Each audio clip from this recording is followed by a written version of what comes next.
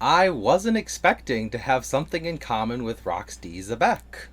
I know, the biggest bad guy of One Piece so far, well, aside from Eam, because Eam's probably the final big bad guy, but the biggest legendary bad guy since Madara from Naruto. And I have something in common with him. We both want to form a crew of people we respect and enjoy the company of, to the point where we pester them endlessly to join us in our hobbies, such as, well, watching One Piece.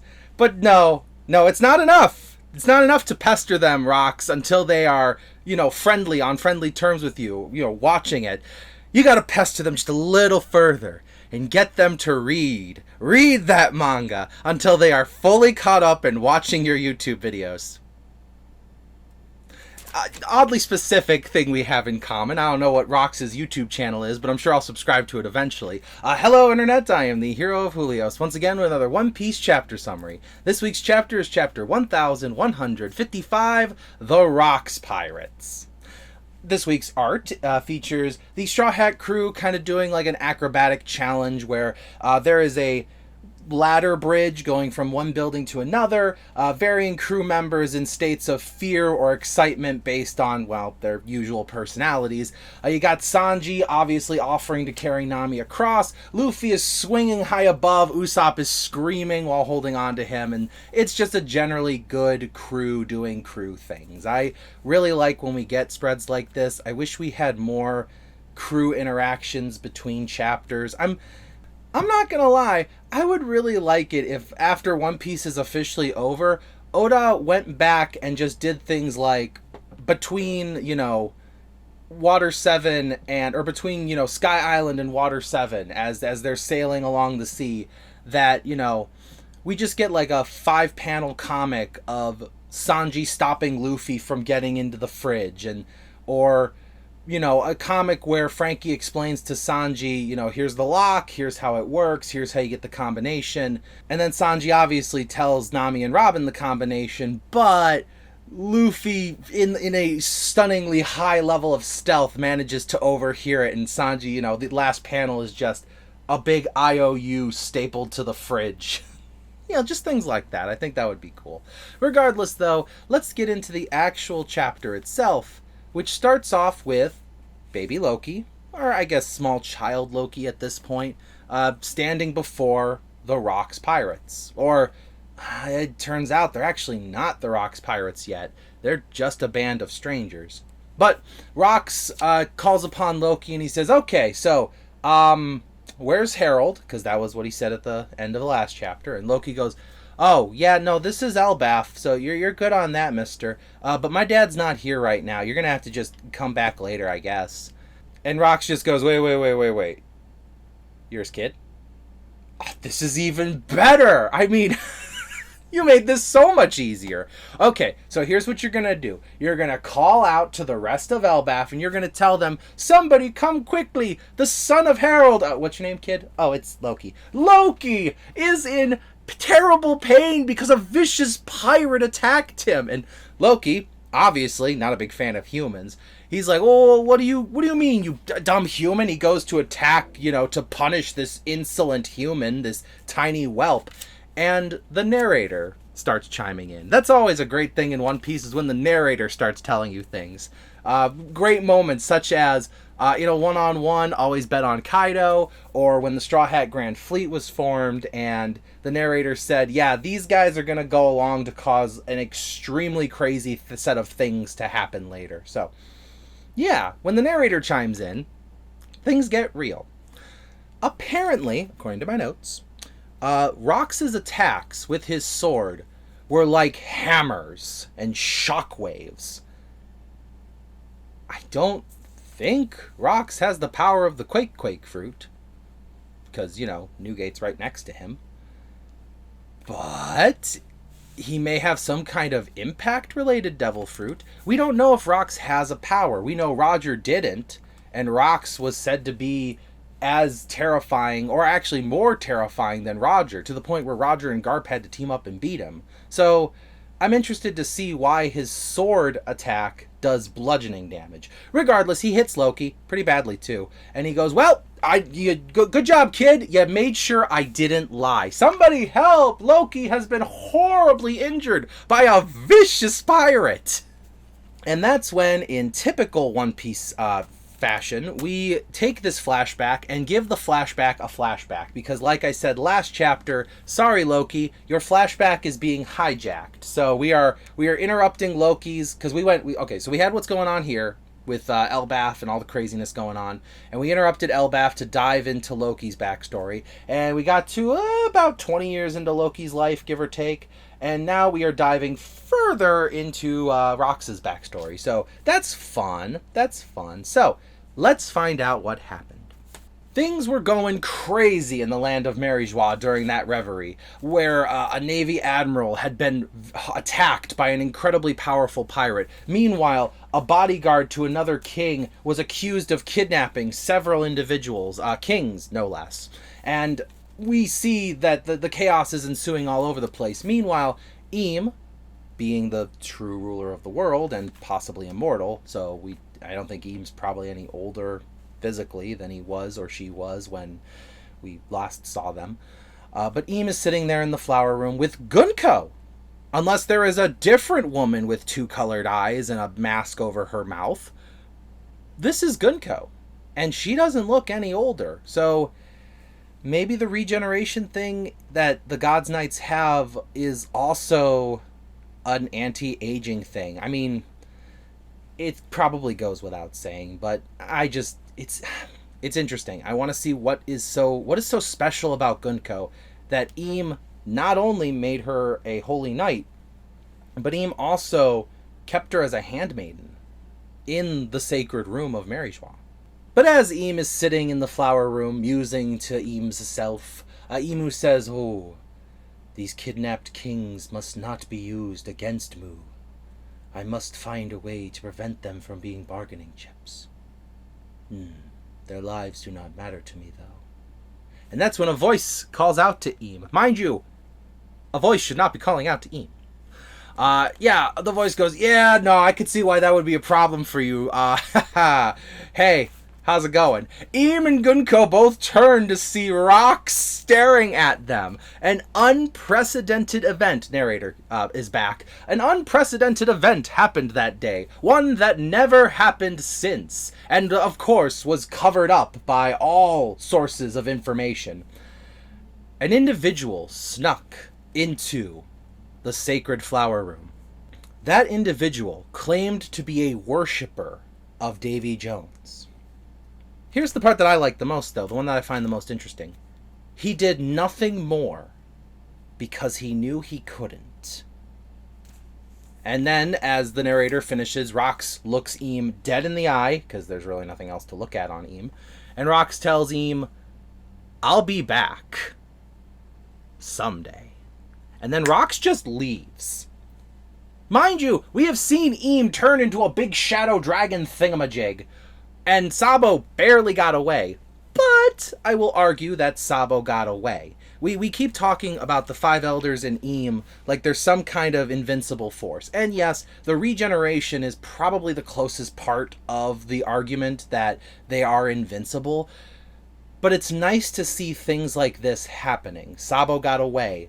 Cobra had to get stabbed through with a big arrow thing. Like, it wasn't just Cobra was just evaporated or anything. And Rox went in, went out. Now, by the end of the series, Luffy will be more powerful than whatever level Rox was at this point. So, it's good to see that Eam isn't a god. This is a great way to show us that Eam is not omnipotent, Eam is not omniscient, and Eam is not omnipresent. Because if Eam was omnipotent, anyone could be erased instantly. Eam is not omniscient, because Eam doesn't know everything. Otherwise, Eam would have been aware of Rox before Rox even became a name. And Eam is not omnipresent. Otherwise, Eam would know what's going on around, and would therefore know Rox was entering the room. So as Rox is getting away, Harold is also getting away. Harold is currently on fire, which I'm guessing they just like threw oil at him or something. It's not really hurting him because, ancient giant. But as he's running, he's like, okay, the talks are off. I get it. You guys don't like me. Please stop hurting me now. And he's running, and ahead of him, Rox is heading towards him. And Harold's like, okay, out of my way, human. And Rox goes, out of my way. And the two of them lunge towards each other. And their clash wipes out a 5-kilometer radius. Now, that's like 3.1 miles for those of you here in the States. This is an incredible feat of Conqueror's hockey. At least I believe it's Conqueror's hockey. I can't really tell if the panel after their clash is the two of them bouncing off each other, or if it is our typical Conqueror's clash where you see two attacks coming at them and then the Conqueror's hockey just preventing the attack from striking each other. So, yeah, I'm not exactly sure. I wouldn't be shocked that Rox has Conqueror's hockey, and honestly, Harold having it would be pretty cool. Honestly, it would also help us to see that maybe Loki and Haruden are also capable. Giants with Conqueror's hockey, I believe, isn't something we've seen yet. So as the two of them sort of bounce apart, and then Rox, I guess, lunges back over, because in the next panel, he's like right next to Harold's head, and he's like, hey, dude, you're pretty strong. You know, sorry I came at you like that. You seem pretty cool. Hey, if you redirect our attacks towards that building over there, it should cause enough distraction for you to get out of here. Because if they catch you, I mean, look at you. You are going to be like the greatest slave ever. Because a couple panels ago, you actually see the Celestial Dragons being like, oh, he's the biggest giant we've ever seen. Clearly, that means he belongs to us. I mean, clearly everything belongs to them, but not the point. So Harold, taking his advice, does that, and that's when Rox asks him, "Hey, how do I get to the New World? You're from Elbaf. You should know." And Harold goes, "Oh yeah, it's that side of the red line, and I'll take your advice. I'll get out of here too." And Rox is just like, "Awesome. Hey, if we ever meet again, I'll welcome you with open arms." Wait, what does that mean? And bye. And Rox jumps off the red line. He just goes for it. Yeah. Kind of reminds me of when Luffy just grabbed his crew and was like, okay, so all we gotta do is get off Zoe, right? And the rest of the crew's like, what are you talking about, Luffy?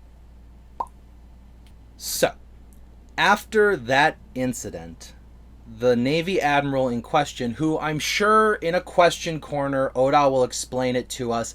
I really hope it is not either of the two admirals, White Snake, or not White Snake, I'm sorry, how silly of me, Black Snake and White Elephant. Those are the two admirals that I have in my One Piece D&D campaign that I'm doing, set 20 years ago. Oh wait, no, the timelines don't add up. 22 years ago, or 24 years ago, Roger passed away, so the two admirals at the time couldn't have been one of the admirals that Rox did. Oh, yes, the timeline of my One Piece D&D fanfiction is safe.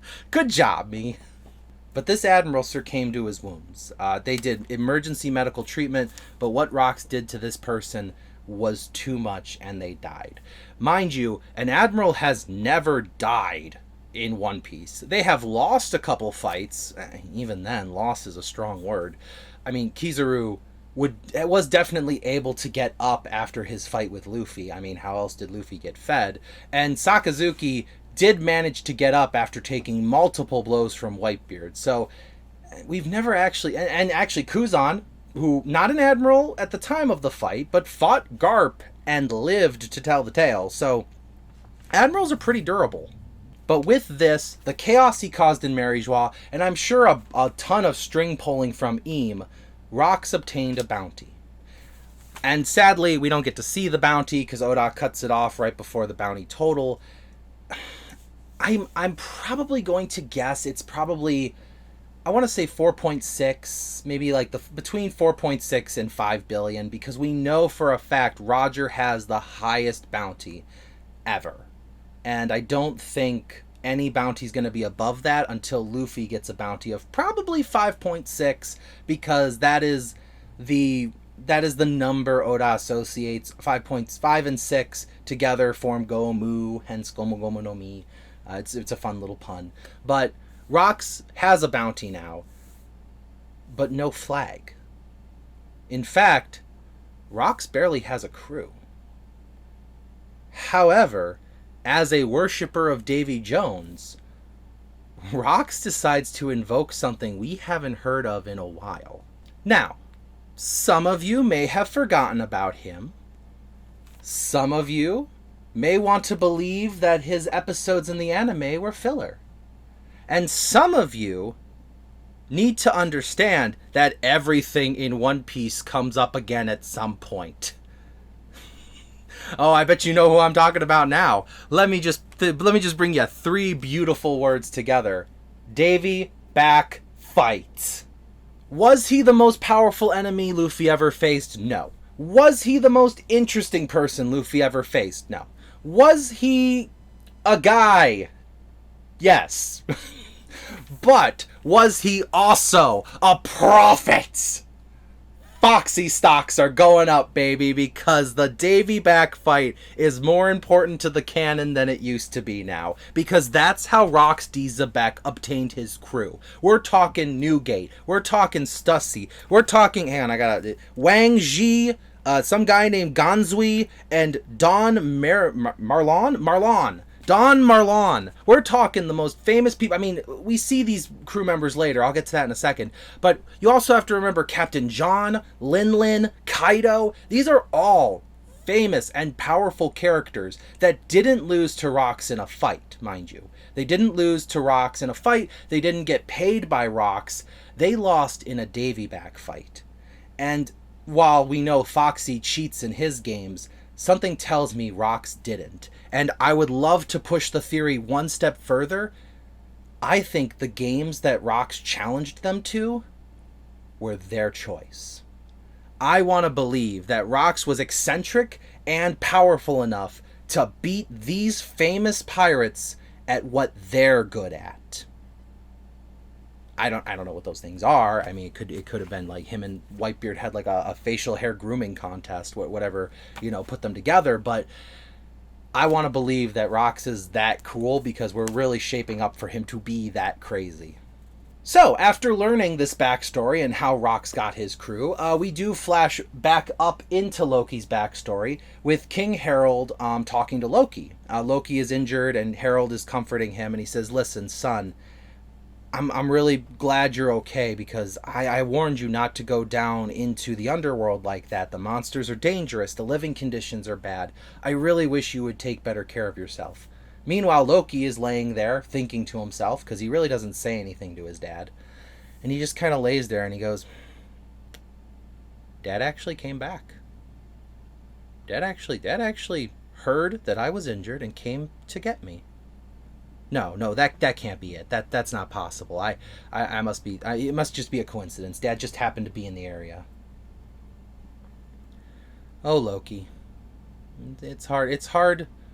It's hard to accept the love of others when you don't love yourself. So Loki gets up and he wanders around for a bit and he kind of listens to the conversation that's happening between Rox and Harold, as Rox has assembled his crew, brought his crew with him, and we actually get to see what Wang Ji looks like. I think this is the first time we've gotten to see his face. The other crew members, we saw them as silhouettes or backgrounds during the God Valley incident, but it's nice to put names to faces, and I really like that. Wang Ji will eventually go on to be the ruler of Pirate Island, probably after Rox passes away, as we'll see in a moment. We'll not see his passing. We'll see. I'll explain. But Rox tells Harold, "Hey, look at this crew. Don't you want to be a part of it?" And Harold says, "Well, dude, I'm a king of a country. I'm trying to get into the reverie. I'm trying to get the rest of the world to see Elbaf as a legitimate kingdom that can be civilized and speak to the other. Why would I join a pirate crew if I'm trying to do that?" And Rox goes, "Whoa, dude, you don't understand the goal here. I'm trying to unite the world. I'm trying to make it a better place. You see these guys? You see this bunch of crazy people? I brought them together, and we're equals on this crew." Meanwhile, Harold looks at this ragtag bunch and he's like, "Are you guys really taking orders from this guy?"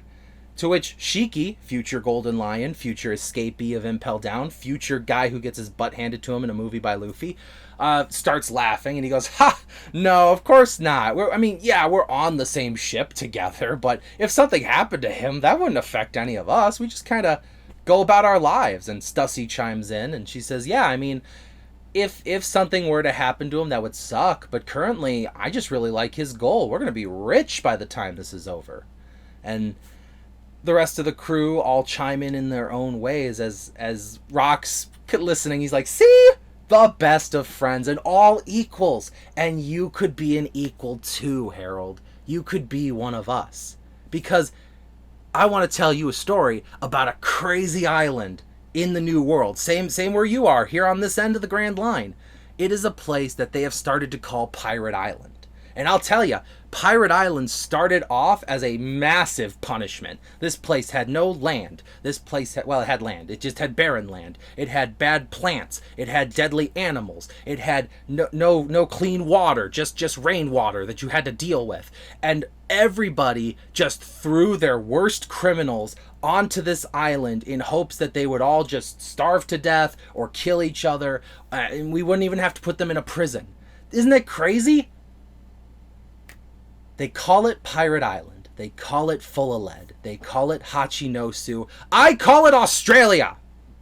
Fun fact for those of you who do like history, Australia did start off as a prison. It was a continent where the British Empire would take the worst criminals and they just kind of huck them onto Australia. Yeah, Pirate Island is Australia. Unlike Australia, however, turns out once enough once enough criminals were on this island together, one of them decided to dig. Hey, we're on a barren wasteland. Why not see if there's some good soil under all this to maybe make a plant and not die? So he started to dig, and he started to dig, and eventually he struck gold. Yeah, no, the island just has a massive amount of gold under it. Yeah, hi, it's me, Hero Julios in the editing. I had a little bit of research afterwards, and turns out, no, Australia did have a giant reserve of gold under it as well. Hachinosu is just 100% Australia, but in one piece. So that's kind of crazy. There's a fun fact for you. So naturally, the criminal underworld decided to fund this island, and because so many dangerous criminals were here together, gathered in one spot at this point, the island was impenetrable by the world government. So now, with the funds needed to work with the criminal underworld, the muscle needed to protect said gold, and the organization needed to form proper pirate crews and start sailing out in random directions, Pirate Island has become a legitimate threat. Well, that's where Rox D. Zebek comes in with his gaggle of weirdos. They're going to tell the government, hey, give us some assistance, maybe. Maybe some funding, maybe some whatever. I'll take care of the problem.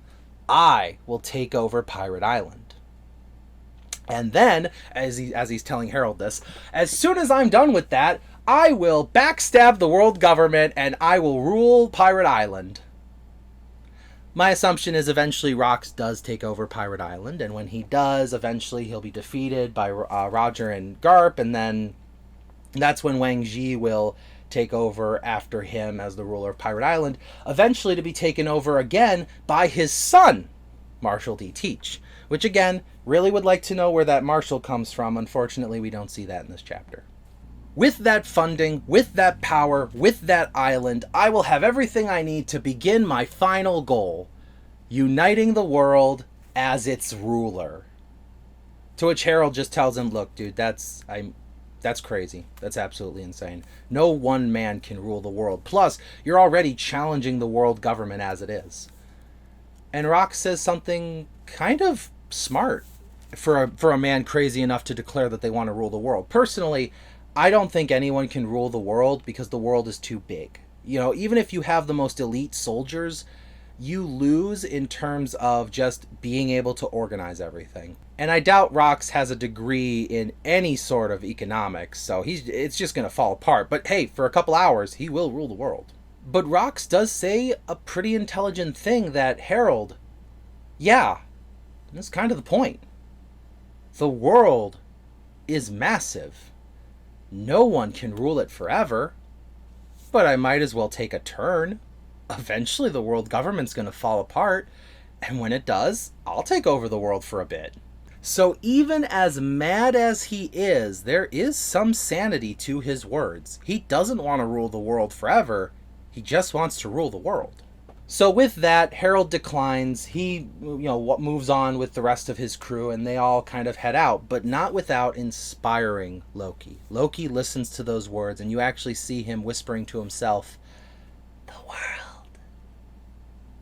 And that is what inspires our little crazy guy who is currently tied to a tree. The last thing we get is the narrator telling us that 4 years later, after just relentlessly sending letters to Harold to try and get him to join his crew, eventually Rox lets Harold know that he's done it. He has started his official crew, and this crew will go on to shake the world. And the last panel is a flapping flag of Rox. So, I want to cover two things. One was pointed out to me by a friend. Another I kind of got from myself. So, the first I'll say what was pointed out to me by a friend. Rock's bounty poster looks like an inverted version of Buggy's. As in, like a flipped version. So, while Rock's, while Buggy, is kind of, like this in his Emperor poster, Rock's is like this. I may have that backwards, but it depends on the camera. But it's kind of scary because this is the thing about being in a black and white manga. We don't know his hair color yet.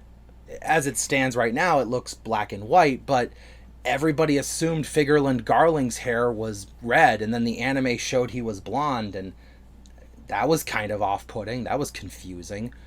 It's not entirely impossible that Rox's hair might actually be black and blue. Buggy's hair is blue. Roger also obtained Buggy around the same time he obtained Shanks. Both happened after the God Valley incident. And Whitebeard had, Rox's son in his crew. Who's to say that Roger didn't respect Rox enough to look after his son, his other son, his blue-haired son, with a really weird nose. Rox D. Buggy. Maybe that's why Marshall. Maybe Teach was just like, no, I really don't want to have the same last name as that guy. What's my mom's name?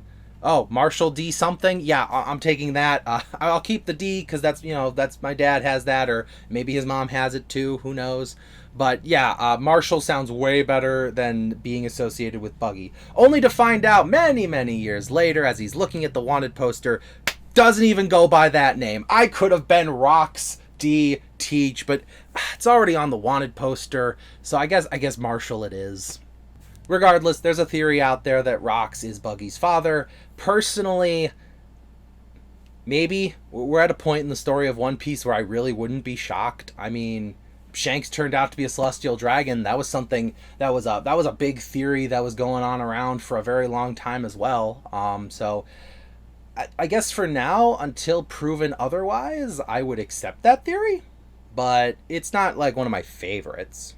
The other thing that I wanted to talk about with Rox, and this is the part that kind of scares me, but also excites me.